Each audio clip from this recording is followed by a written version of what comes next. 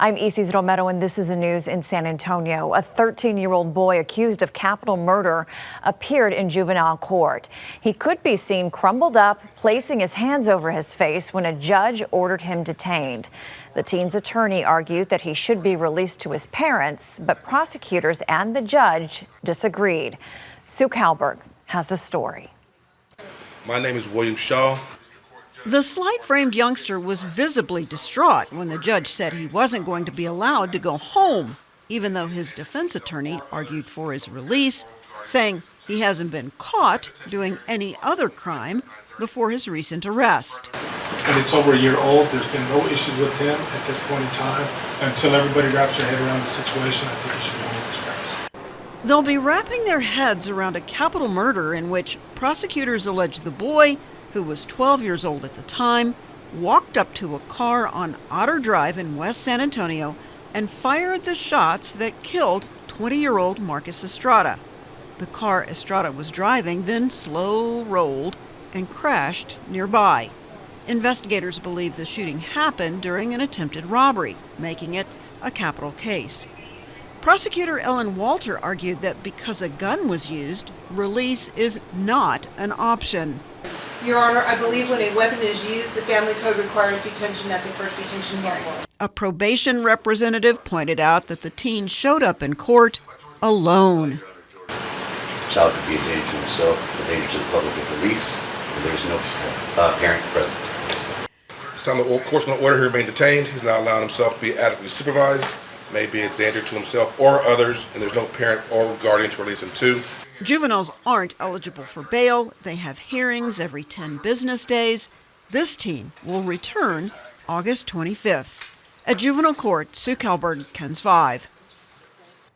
Deputies in Guadalupe County say a man was killed with an AK-47. The attack happened on Sunday morning. Investigators say the man they believe pulled the trigger is now behind bars. Simone Simpson picks up the story. It's about right there is where Crossover Road is.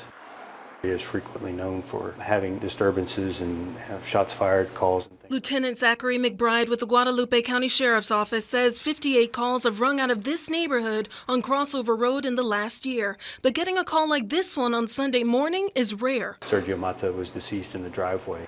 32-year-old Sergio Mata found shot on Sunday at 2 a.m. in the 5,000 block of Crossover Road in San Marcos. San Marcos police showed up first. And although they did try to do life-saving measures, he was deceased when they got there. Guadalupe County deputies showed up afterward and found 21-year-old Miguel Angel Marquez, the person they say shot Mata.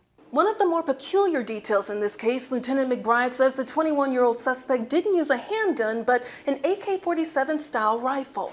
We can't find anything where Mr. Mata was committing theft or was a threat to anybody where deadly force would have been justified. Several rounds of gunfire struck a vehicle and a bedroom across the street where a man was sleeping.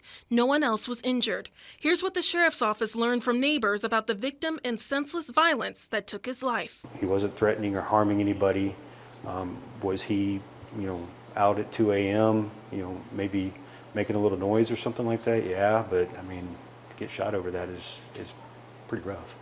Miguel Angel Marquez is in Guadalupe County Jail. He's facing charges for murder and deadly conduct. His bond total is $600,000. Reporting from Guadalupe County, I'm Simone Simpson.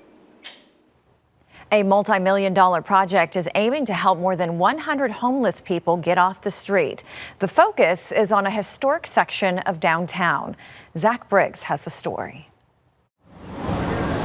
For years, Cattleman Square's seen among the largest and most visible concentrations of unsheltered homelessness in San Antonio. Housing leaders are now working on putting into action a plan that provides housing and services to those living on the streets in this historic district. Most of the 115 to 169 folks who are experiencing homelessness here have physical and mental health needs. We have a duty to work with those who are unhoused in a very compassionate way. Pete Alanise, executive director of the San Antonio Housing Trust, stressed the initiative could benefit the entire community. The conditions that our neighbors live in at Cattleman Square are just unacceptable. West Side residents and businesses have been disproportionately impacted by the encampment for decades, and limiting public and private investment in the area and stunting economic growth. And we think that this plan is the right plan to move this forward. The $12.6 million